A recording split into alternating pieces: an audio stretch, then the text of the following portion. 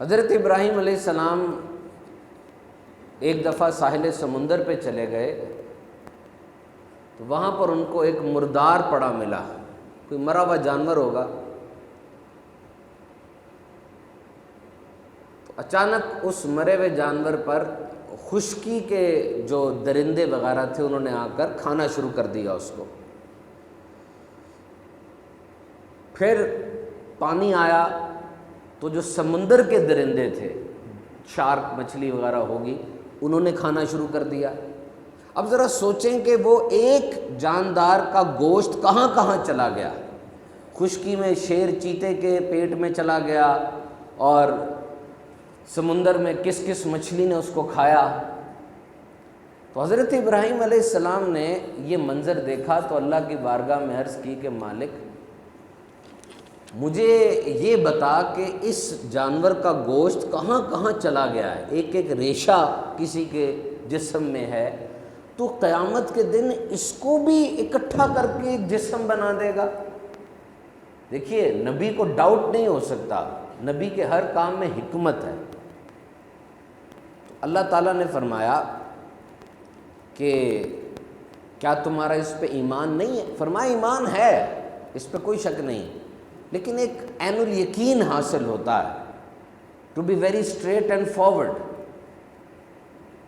کسی بندے نے کہا کہ سب سے زیادہ یقین اپنی آنکھ کے دیکھے پر کرو، تو اللہ تعالیٰ نے فرمایا ٹھیک ہے، تم 4 جانور پکڑو، مور، مرغ، کبوتر اور گدھ، ان کو پکڑ کے ان کو ذبح کرو اور ان کی بوٹیاں کرو اور ان کے گوشتوں آپس میں ملا لو۔ جب ان کے گوشت آپس میں مل جائیں گے تو ان کو پھر 4 پہاڑیوں پہ رکھو جو ملے ہوئے گوشت ہوں گے، پھر ان کو بلاؤ، دیکھو کیا ہوتا ہے۔ حضرت ابراہیم علیہ السلام نے ایسا ہی کیا، ان کے گوشت بنائے، گوشت کا قیمہ کیا، قیمے کو پھر مکس کر لیا، پھر اس قیمے کے 4 حصے کیے، پہاڑی پر رکھے، اور پھر اللہ کے حکم پر آپ نے ان کو پکارا، اے مرغ، اے کبوتر، اے گدھ اور اے مور۔ آپ کی پکار پر آسمان پر وہ قیمہ اڑا، الگ الگ جو گوشت تھا وہ اکٹھا ہوا، 4 جانور بنے، ان کے سر ان کے اوپر لگ گئے، وہ آپ کے پاس آئے، انہوں نے بولنا شروع کر دیا اور دانہ چگنا شروع کر دیا۔ حضرت ابراہیم علیہ السلام نے فرمایا بلا شبہ مالک تو مردوں کو زندہ کرتا ہے اور تیرے پاس یہ شان ہے۔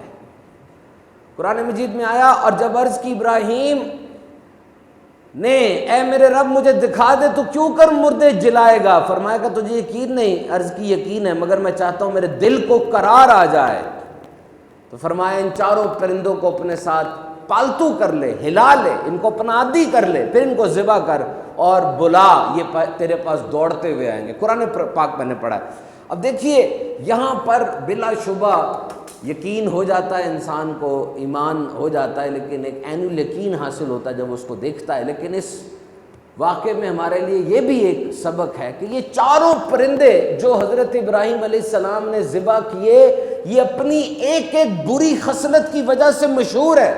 مرغ یہ کثرت شہوت کی وجہ سے مشہور ہے، مور اس کو اپنے رنگ پر، اپنے پروں پر بڑا مان ہوتا ہے، بڑا غرور ہوتا ہے، کبوتر اس کو اپنی اونچی پرواز پہ بڑا مان ہوتا ہے، غرور ہوتا ہے اس کو۔ اسی طرح گدھ، اس میں ہرس ہوتی ہے، لالچ ہوتی ہے۔ گدھ اتنا کھاتا ہے، اتنا کھاتا ہے، کھاتا جاتا ہے مردار کو کہ اس کا پیٹ بھر جاتا ہے، اوور ایٹنگ کرتا ہے، اور پھر اتنا زیادہ بھر جاتا ہے کہ یہ اڑ بھی نہیں پاتا، تو کوئی بچہ بھی جا کے اس کو آرام سے پکڑ لیتا ہے۔ یہ 4 جانوروں کو جب پالا گیا اور پھر ان کو ذبح کیا، قرآن پاک میں جو آیا، تو علماء فرماتے ہیں، صوفیاء فرماتے ہیں کہ یہاں اے بندے تجھے یہ سبق دیا جا رہا ہے کہ تو لالچ میں نہ آ جا، شہوت میں اتنا گمراہ نہ ہو جا، نہ اپنے حسن پر، اپنی خوبی پہ یہ ناز کر، فخر و غرور کو دبا دے۔ اللہ اکبر، اللہ بڑا ہے، اللہ بے نیاز ہے، تو بندہ ہے۔ سرو کا درخت دیکھا، سرو کا کتنا اکڑ کے کھڑا ہوتا ہے، ایسے اکڑا ہوتا ہے سرو کا درخت، ایک پھل بھی نہیں لگتا اس کو۔ اور یہ تربوز کی بیل اتنی پتلی ہوتی ہے لیکن زمین سے جڑی ہوتی ہے، اللہ اتنے اتنے بڑے پھل لگاتا ہے اس کو۔ مثال ہے.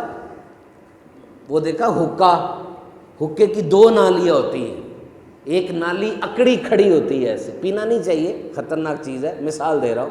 ایک نالی ایسے اکڑی کھڑی ہوتی ہے اور ایک جھکی ہوتی ہے. تو جو اکڑی کھڑی ہوتی ہے اس کے اوپر آگ رکھ دی جاتی ہے, اور جو جھکی ہوتی ہے اس کو منہ لگا کر چوم رہے ہوتے ہیں. مثال دی بزرگوں نے کہ کبھی بھی فخر و غرور کی طرف نہ جاؤ. جب بھی تمہارے دل میں غرور آئے, فوراً سے پہلے اپنی بے مائگی کو سوچو